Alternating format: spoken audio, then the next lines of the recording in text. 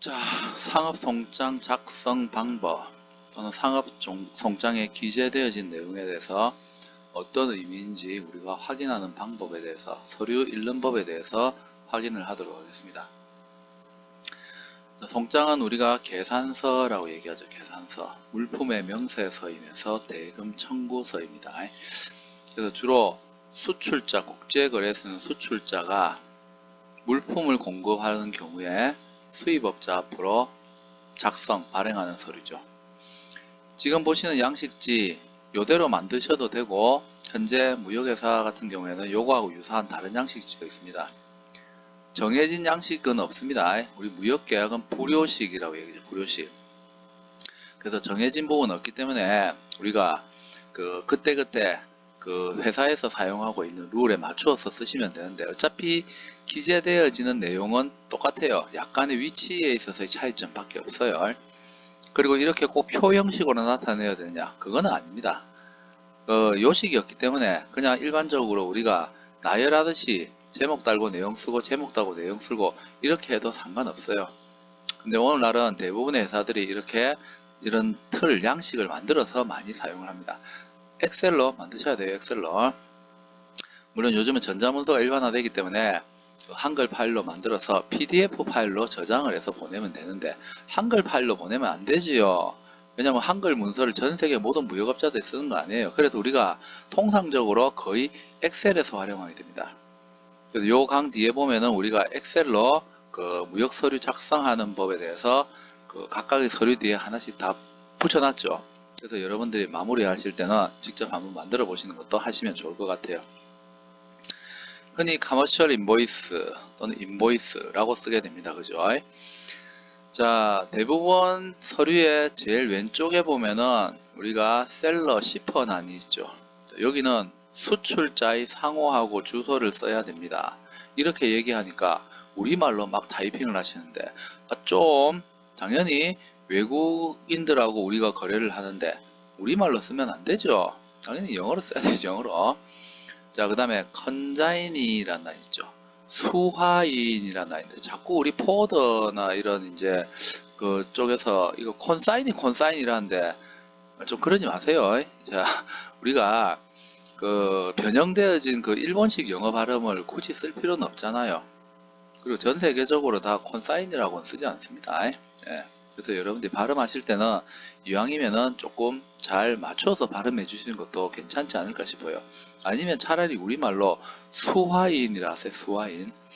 어쨌든 요 난은 일반적으로 수입자의 상호하고 주소를 쓰는 난입니다. 그런데 대금 결제 조건에 따라서 사실은 이 난에 쓰는 내용이 좀 달라져요.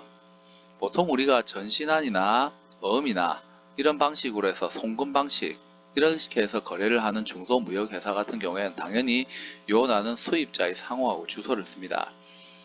하지만 대금 결제를 신용장으로 할 경우에 요 난에 수입자의 상호하고 주소 쓰면 안 돼요. 신용장 거래 조건의 경우에는 신용장에서 요구하는 선화증권하고 관련되어지는 선화증권에 있어서 갖춰야 되는 기본적인 양식이나 이런 것들이 LC상에 다 규정되어 있기 때문에 그 규정에 맞춰야 됩니다. 그래서 보통 BL에서 to order, to deorder, ORDER, 제가 발음이 별로 안 좋아서 여러분들이 오해하실까봐 ORDER, order라는 표현 있죠. 그래서 선화증권에도 보면 요 난이 있어요. 거기에 보면 to order 또는 to deorder of seller, to deorder of 특정 은행 이름 이렇게 들어가 있어요. to deorder of 우리뱅크, to deorder of 시티뱅크, to deorder of 국민뱅크 이런 식으로 은행 이름이 들어가 있는 경우가 있어요. 그러면 신용장의 경우에는 무조건 신용장에 선화증권이라는 서류에 수화인란에 있는 거하고 동일하게 써야 돼요. 선화증권에 있는 수화인란에 to order라고 되어 있으면 여러분들 여기 to order라고 기재하셔야 되고, 신용장에서 수화인란에 to deorder of 우리뱅크라 쓰여져 있죠. 그럼 여러분들도 to deorder of 우리뱅크라 쓰셔야 돼요. 신용장이 아닌 경우에는 당연히 수입자의 상호하고 주소가 쓰여져야 됩니다. 이 부분이 굉장히 중요한 부분이에요. 그래서 LC 거래일 때는 조금 독특하게 LC에서 요구하는 방식이나 양식이 있습니다. 그 양식에 맞춰주는 게 좋아요. 자, 그렇게 되었을 때 실제 바이어가 누구인지 우리가 이 서류상을 지금 확인이 불가능하죠. 그래서 여기 보면 바이어 if other than consign이라 되어 있죠. 바이어인데 여기에 있는 그 이해의 바이어, 신용장이 아닌 경우에는 송장에 이 칸 만들면 안 됩니다. 신용장이 아닌 경우에는 요 난에 바이어의 상호하고 주소를 쓰지요. 그렇기 때문에 이 난이 활용될 필요가 없어요. 하지만 신용장의 경우에는 여기에 수입자의 상호하고 주소가 쓰여지지 않기 때문에 실제 수입자의 상호하고 주소를 알아야 돼요. 그래서 별도로 바이어 난을 따로 만드는 거예요. 그래서 이 난은 여러분들이 TT라든지 이런 일반적으로 우리가 많이 사용하는 대금 결제 방식 쓸 때는 당연히 요 난에 수입자의 상호와 주소가 쓰여지기 때문에 이 난을 굳이 만들 필요도 없어요. 하지만 LC는 별도의 특별한 어떤 요구 내용이 있기 때문에 그 요구 내용에 맞춰줘야 되니까 요 난에 수입자의 상호하고 주소를 쓰지 않습니다. 그러니까 수입자의 상호하고 주소를 쓰는 날만 꼭 요 위치에 만들어야 되는 건 아니에요. 정해진 위치는 없습니다. 근데 요렇게 많이 쓰니까 그냥 요렇게 요양식지가 설명하는 거지 굳이 이 난에 만들어야 된다. 절대적 원칙은 없습니다. 계약은 불효식이에요. 불효식. 근데 어쨌든 알 수 있도록 써주는 게 맞기 때문에 그래서 이제 요양식에서는 바이어. 그래서 항상 뭐가 잘 봐야 되냐면 여기에는 표제들 있죠. 표제. 요 내용이 있고 거기에 어떤 내용이 있으면 위치는 아무 상관없어요. 위치는. 자, 그래서 신용장일 때 아닐 때의 차이점, 그거를 잘 기억해야 됩니다. 디파처 데이, 당연히 출발 일자죠. 그 다음에 vessel flight라 되어 있습니다. 선박이나 항공편에 이름이 있어요. 그 이름 쓰고 from 출발지 to 도착지, 서울에서 뉴욕까지, 인천에서 뭐 교토항까지, 부산에서 상해 항구까지 이런 식으로 출발지하고 도착지를 쓰게 되어 있습니다. 자, 그 다음에 인보이스 넘버 인 데이트 꼭 여기 안 쓰셔도 돼요. 이 절대적인 원칙은 아니랬어요. 자, 계약에서 우리가 또 계약서 만들 때도 중요하지만 모든 서류에서 굉장히 중요한 부분이 있습니다. 바로 서류의 발행일자예요. 여기 안 쓰고 밑에서 상관없습니다. 근데 보통 위에 많이 써요. 서류는 항상 작성일자가 중요해요. 그리고 여기에 인보이스 넘버 문서 번호인데 이 번호는 회사마다 고유하게 문서 만드는 방식이 있죠. 문서에 일련 번호 붙이는 방식이 회사마다 다 정해져 있습니다. 그래서 본인 회사에서 정하는 방식대로 하면 돼요. 그래서 요거는 회사에서 고유하게 문서 만드는 방식, 그 원리에 의해서 뭐 1-5-3 뭐 이런 식으로 각각 회사에서 만드는 방식들이 회사마다 다 달라요. 그 번호, 그 다음에 굉장히 중요한 거, 항상 모든 서류는 작성일자가 있어야 됩니다. 어디에 있든지 간에 작성일자를 써요. 그 다음에 LC 넘버인 데이트죠. 신용장 대금 결제 조건이라면 신용장 번호하고 신용장 발행일자를 써야 되는데 신용장 대금 결제 조건이 아닐 때는 이거 필요 없습니다. 아까 요것도 얘기했죠. 신용장일 때는 요 난에 수입자의 상호하고 주소가 쓰여지지 않으니까 바이어 난을 만들어야 된다고요. 근데 TT 대금 결제 방식이에요. 여기에 수입자의 상호하고 주소 전화번호가 다 들어가요. 그러면 요 난하고 요 난은 처음부터 안 만들면 돼요. 자, other reference 비고란입니다. 다르게 어떻게 셀러가 바이어에게 이야기하고 싶은 거라든지 이런 것들이 있으면 여기에다 쓰시면 되죠. 특별하게 이제 써야 되는 참고사항이 있다면 쓰고 없으면은 그냥 안 만들어도 되고 비워두셔도 됩니다. 그 다음에 Terms of Delivery and Payment 상당히 중요한 부분이죠. 자, 요거는 뭐냐면 계약을 체결할 때 인도 조건을 뭘로 했는가, 즉 계약서에서 우리 가격 조건으로 FOB 규칙을 썼을 수도 있고 CIF 규칙을 썼을 수도 있고 FCA 규칙을 썼을 수도 있고 DAT를 썼을 수도 있고 인코텀즈 11개 이슈 중에 어떤 걸 썼을까요? 그게 뭔지 써야 돼요.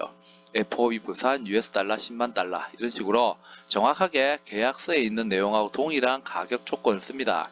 그 다음에 대금 결제 방식, TT인지 취소불능 신용장인지 포페이팅으로 했는지 또는 DP로 했는지 CAD로 했는지 COD로 했는지 대금 결제 방식이 있어요. 그 대금 결제 방식을 써주게 됩니다. 자, 그 다음에 쇼핑마크, 우리가 마킹이라고 흔히 얘기하는 거 있죠. 바로 화인이죠. 포장하고 관련되는 데서 이미 여러분들이 많이 보셨을 거예요. 그래서 우리가 박스 포장에는 화인을 어떤 식으로 한다. 주화인, 그 다음에 도착지, 일련번호, 원산지 요 4개는 반드시 들어가야 돼요. 그래서 어떤 식으로 표시가 되어 있다. 박스에 포장되어진 순서대로 해서 나열을 하시면 되겠죠.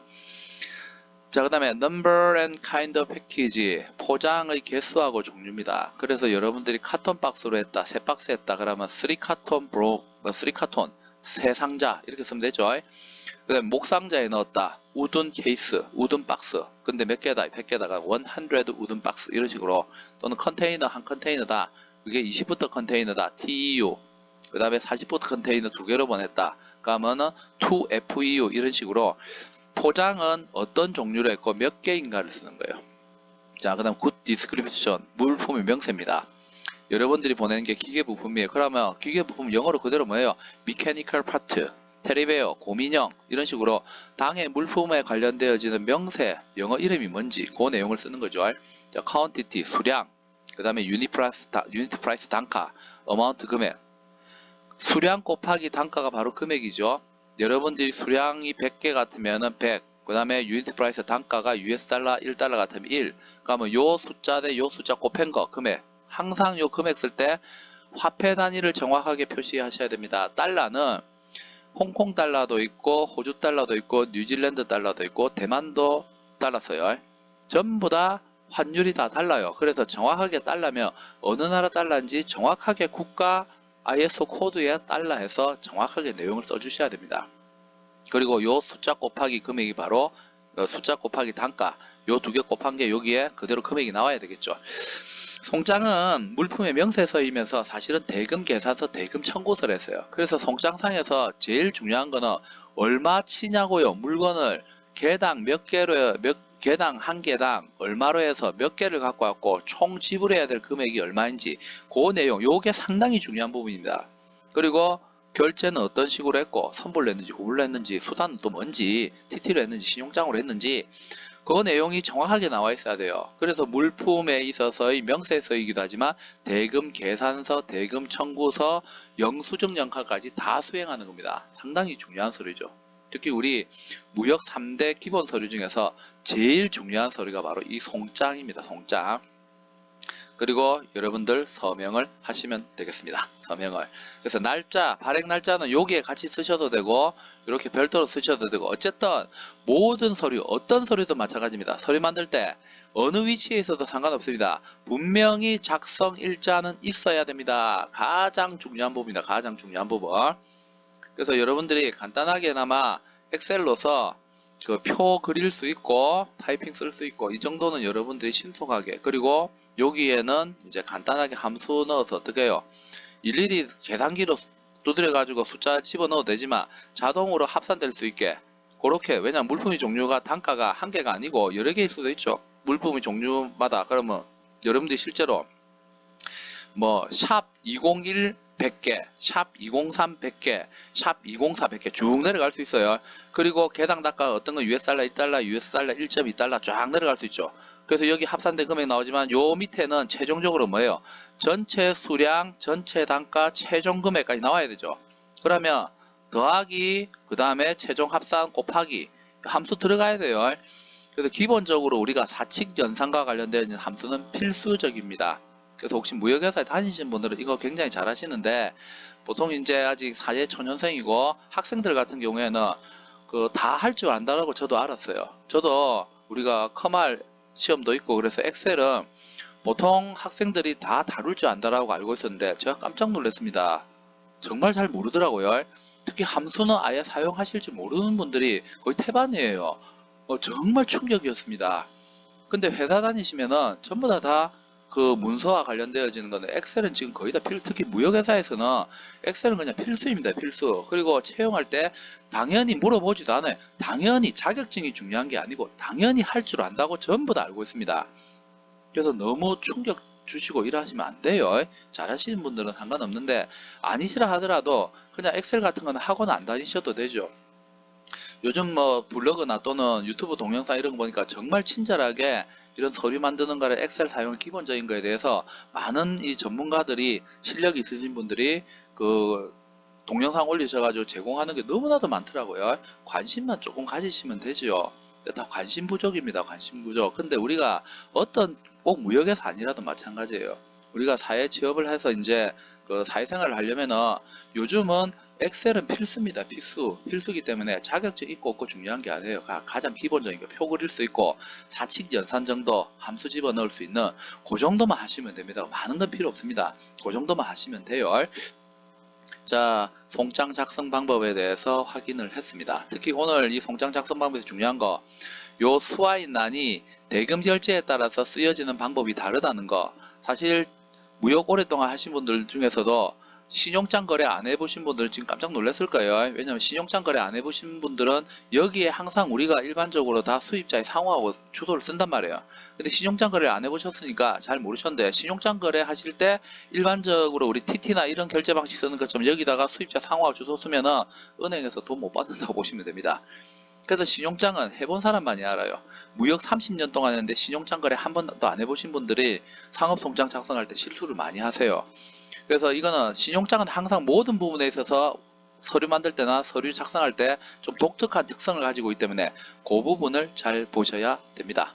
한번 요 뒷강좌에는 우리가 그 송장 작성과 관련되어서 그 엑셀에서 만드는 과정에 대해서 좀 자세히 설명을 해놨습니다. 그래서 혹시 잘 못 만드시는 분들 같은 경우에는 입문이라 생각하시고 참고하시면 되고, 엑셀 잘 사용하시는 분은 그냥 넘어가시면 될 것 같습니다. 수고하셨습니다.